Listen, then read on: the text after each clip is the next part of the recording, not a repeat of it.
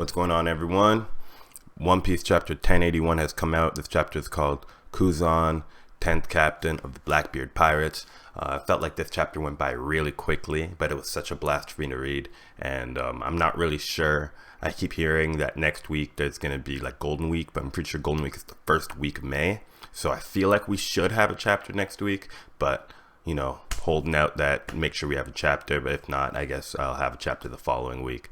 But yeah, this chapter 1081 was such a banger, so let's get into it. First thing we have to talk about, I feel like everyone's talking about it, but the cover page. On the cover page, we see all the male Straw Hats kind of sleeping, except for Sanji. He's awake, and Sanji's reading a book. On this book, at first, you know, I read it and I thought it said cooking. Then I look at it and I thought it said cocking. And then I really looked at it and I thought it said COC King. So it's like Color of Conquerors King Hockey.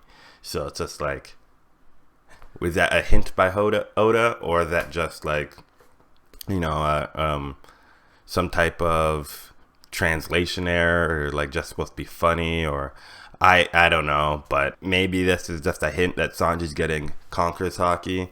Right now, if you're a Usopp fan like myself, you are just in the mud. You just straight up, there just ain't nothing for you except for lies and running. But, you know, it is what it is, you know. So let's get into the actual meat and potatoes of the chapter itself. The chapter starts off with basically a recap. Not a recap. This chapter starts off with where 1080 leaves off.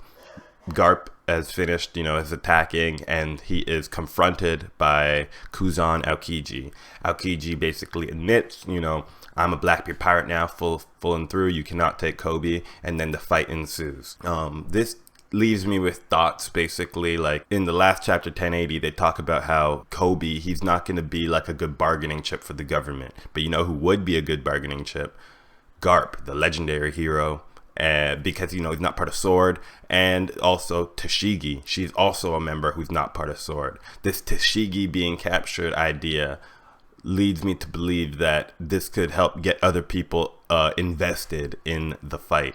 These people could be Smoker, who is nowhere to be found. These people could be Zoro, who, you know, has interest in Tashigi.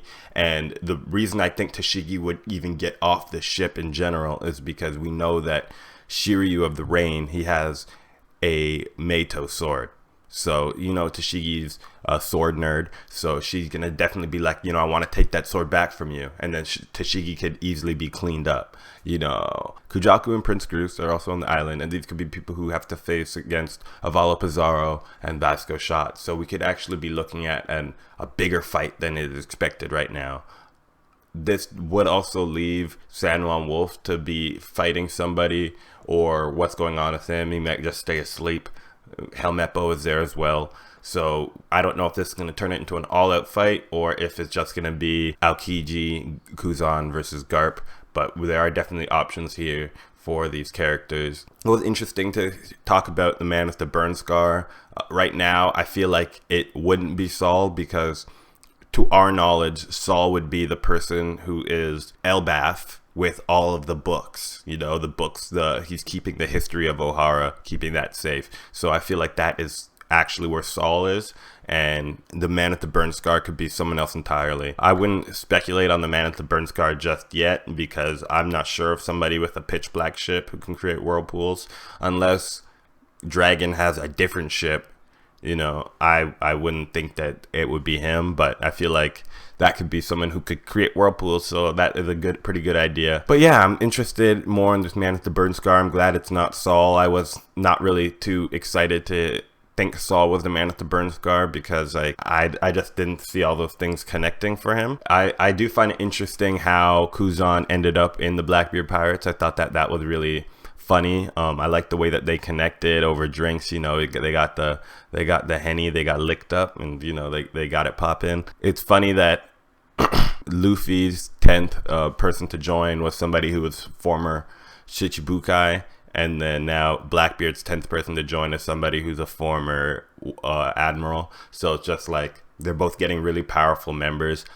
I would love to see, now that the 10th Titanic captain is mentioned, now I think the last thing we need is a confirmation of Lafitte's Devil Fruit, and I would love to see the bounties by Blackbeard Pirates, specifically Kuzan's bounty, because I feel like Kuzan is in like the 3.5 to 4.5 billion berry range. And now that at the end of this arc, you know, the Marines should go back to the Marine headquarters and let them know about Kuzan's defection, and then after Kuzan's defection is made known, then I would expect to see maybe bounties for all of the Blackbeard pirates.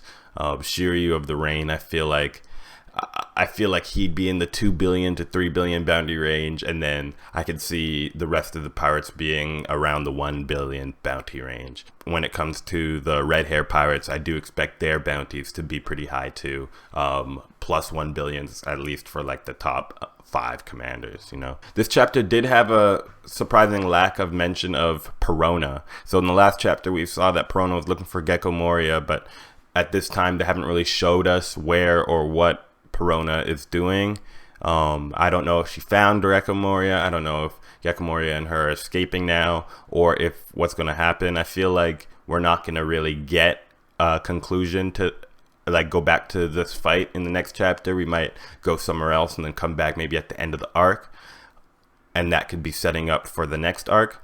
But yeah, I really want to know what's going on with Perona and Gecko Moria. Maybe Gecko Moria could be somebody who fights San Juan Wolf. Gecko Moria does have the ability to get larger and stuff like that. So yeah, and we do know that Absalom, his dead body is on the island. So it could be something that Gecko Moria uses to reanimate and, you know, fights San Juan Wolf, or I don't know what he's gonna exactly do with Absalom's body. Maybe take somebody, one of the powerful Blackbeard pirates' shadows or something. But yeah, that's definitely an option for him. So I'm interested in kind of figuring out what's going on with Perona now. I do want to mention just like Garp's speed feat. You know, Kuzan basically says that we're gonna have to fight. Kuzan uses a move on Garp, and Garp literally just breaks out of it. He speed blitzes Kuzan, which I think Kuzan is the type of person who will let people approach him and then like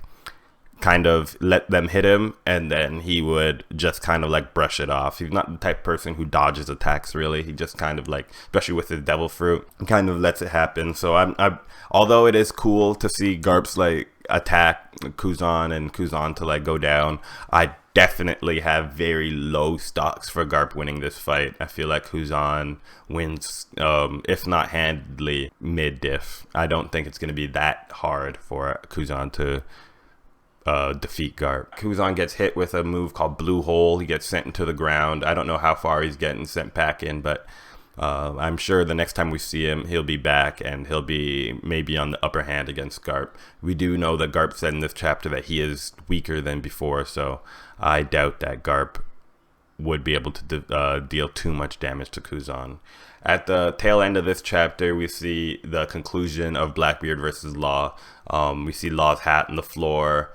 The Polar Tang, the Heart Pirate ship, is completely destroyed by Blackbeard, and Blackbeard basically is boasting about, you know, let's take you back to Pirate Island. If I bring your heart to the people whose heart you took, they would love to just see it in my hands. You know, they'd relish at the thought of you, you know, dead. What should we do with your Devil Fruit? Should I sell it or should I use it myself? How about you make me immortal? So Blackbeard is aware of that immortality power. You know, Blackbeard is definitely an aficionado when it comes to Devil Fruits. He knows exactly what they do and, you know, the most important ones. So I'm surprised he doesn't want to keep that power for somebody in his crew. But also, yeah, it makes sense that he'd want someone to make him immortal. So now at the end, we see that Chopper basically gave Beppo a glow-up, a pill that basically a rumble ball that basically turns them a mink Sulong, and Beppo goes Sulong during the day. He attacks Blackbeard and his crew, throws a rock at them, and escapes. Blackbeard pirates can't go underwater, so Beppo does have the upper hand there. And yeah, I don't know if maybe the Sulong form helped them get away faster, but then we see Beppo just swimming like regular. And they basically, before they go underwater, Law's like, oh, you know, let's go back for the crew. I can't leave them. And then Beppo's like, nah, we lost, yo. We got to take this L. The crew would want to see you live, and the Blackbeard's going to kill you, so we got to escape. That makes me think of where Law and Beppo could have been heading. In the previous chapters, we saw the Blackbeard ship. In the previous chapters, we saw the Blackbeard ship heading towards Egghead Island. So I wonder if Law and Beppo were heading towards Egghead Island, maybe by mistake or whatever reason, if they're being followed by Blackbeard, or if, you know, the Blackbeard ship was just heading over there anyway. Anything can really happen at this point, and I wonder if that is necessarily the main Blackbeard ship that Blackbeard and you know, his crew that were fighting Law was on. So yeah, I think that overall this chapter was pretty sick. We got, you know, Beppo moments. Unfortunately, Law didn't really get a moment to shine in this chapter, and he lost his hat, so it's gonna be a rough kind of turnaround for the Heart Pirates and where we go with them from here. Earlier I mentioned Perona and Moria, but let's see, if Perona gets captured too, that could be something that sparks Mihawk into movement. Tashigi, I really do think that Tashigi fights Shiryu of the Rain just based on her personality, and if she sees Shiryu's sword, she's definitely going to know what sword it is. So I do think that that could happen, and I want that to happen because I think that Shiryu needs to be shown off, highlighted, and yes, I still want to see a Mihawk highlight. We've seen Garp get highlights in this arc. We've seen Shanks get highlights in this arc, and this arc really started with Mihawk's, you know, return to prominence. So I would love to see that. Maybe Mihawk gets shine through Seraphim Mihawk. I do want to see a return to the Straw Hats. I think that characters like Usopp, characters like Frankie, characters like Brook need moments. Usopp hasn't had a real moment of, you know, impact since Dressrosa, which was a long time ago. Yeah, I'm really looking forward to chapter 1082. This was a really good chapter. I really hope that we see this at the conclusion of this fight before the end of the arc, but also at the same time, I'm excited to see what's going on in Egghead Island, so I can wait too. Maybe we get to see something from Vivi. Those are all things that I would just love to see. I know I picked a lot of things, but yeah. So thank you guys for watching, and make sure to like and subscribe to this video and to my channel. I really appreciate it. I'm looking forward to it. So take care and peace.